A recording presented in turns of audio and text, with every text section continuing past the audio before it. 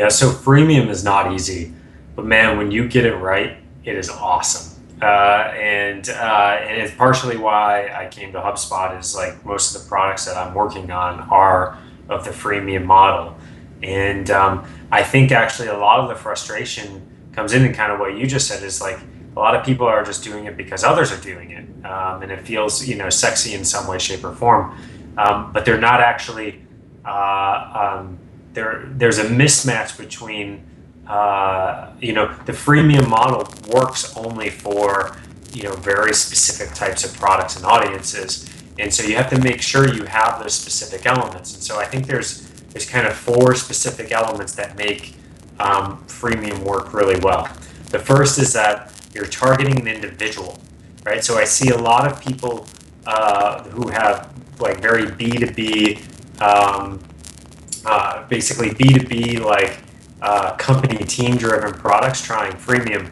But the key is about a freemium product is that you're targeting an individual, and that individual can get value out of it, right? You can plant that seed with that individual and it sort of spreads. The second is that it's a really quick time to value, right? And so if your product requires a lot of education and a lot of setup to get to that quick time, to get to that value, it's not going to work, right? You're better off basically raising your prices and having a more hands-on approach to it.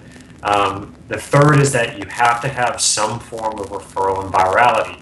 The value of that free user base that never converts basically needs to work for you in another way, which is bringing in more users, right? So plenty of people, on Evernote or Dropbox don't pay for Evernote or Dropbox, but they help Evernote or Dropbox acquire a bunch of other users. So they are delivering value to the business, but just not directly, with their credit cards and dollars, right? And so if you don't have, I see a lot of people going after the freemium model that don't have that built into the model. So of course, in the end, it's going to fail and it's going to be more expensive. And the last but not least is basically over the long term, you need a path to go from the individual account to the team account, because that's where this model basically just freaking takes off, right? And so you see this with Dropbox and Evernote, right? They started with the individual, they've got like power user plans, and now they're expanding into the organization, and they can get those organizations much more efficiently because they have a bunch of individuals already on that product, right? And so you have to have really those four elements to make the freemium the freemium model work extremely well. There's some exceptions to all those things. I'll definitely admit that, but those are the four that like really make a killer model.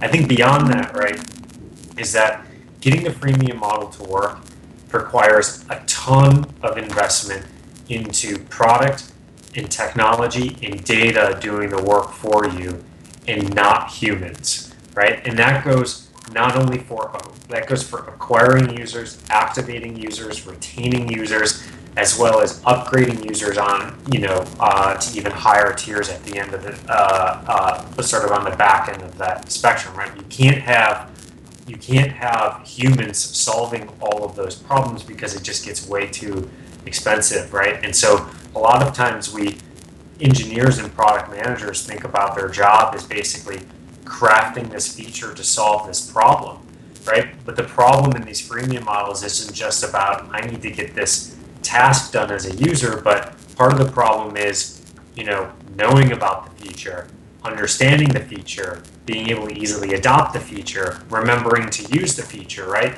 Because if we fail on those fronts, are we really solving the user's problem in the end? No, right? And we have to be able to do that with product and technology, and that's very, very different than how a lot of people are used to operating. So, freemium model, like I said, is really hard. But if you nail those things, man, it's a really exciting model to work on. It can be a very powerful business.